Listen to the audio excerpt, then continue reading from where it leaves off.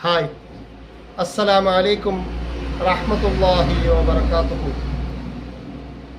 ഏറെ സന്തോഷം നൽകുന്നതും കേരളത്തിൻ്റെ മാനവിക ഐക്യവും സൗഹൃദവും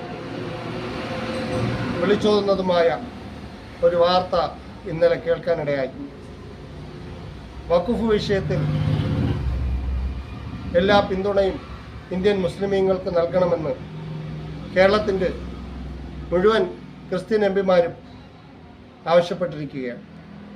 മാത്രവുമല്ല, പിന്തുണ നൽകാൻ ക്രിസ്ത്യൻ ആത്മീയ നേതാക്കളോട് അവർ അഭ്യർത്ഥിക്കുകയും ചെയ്തിരിക്കുന്നു.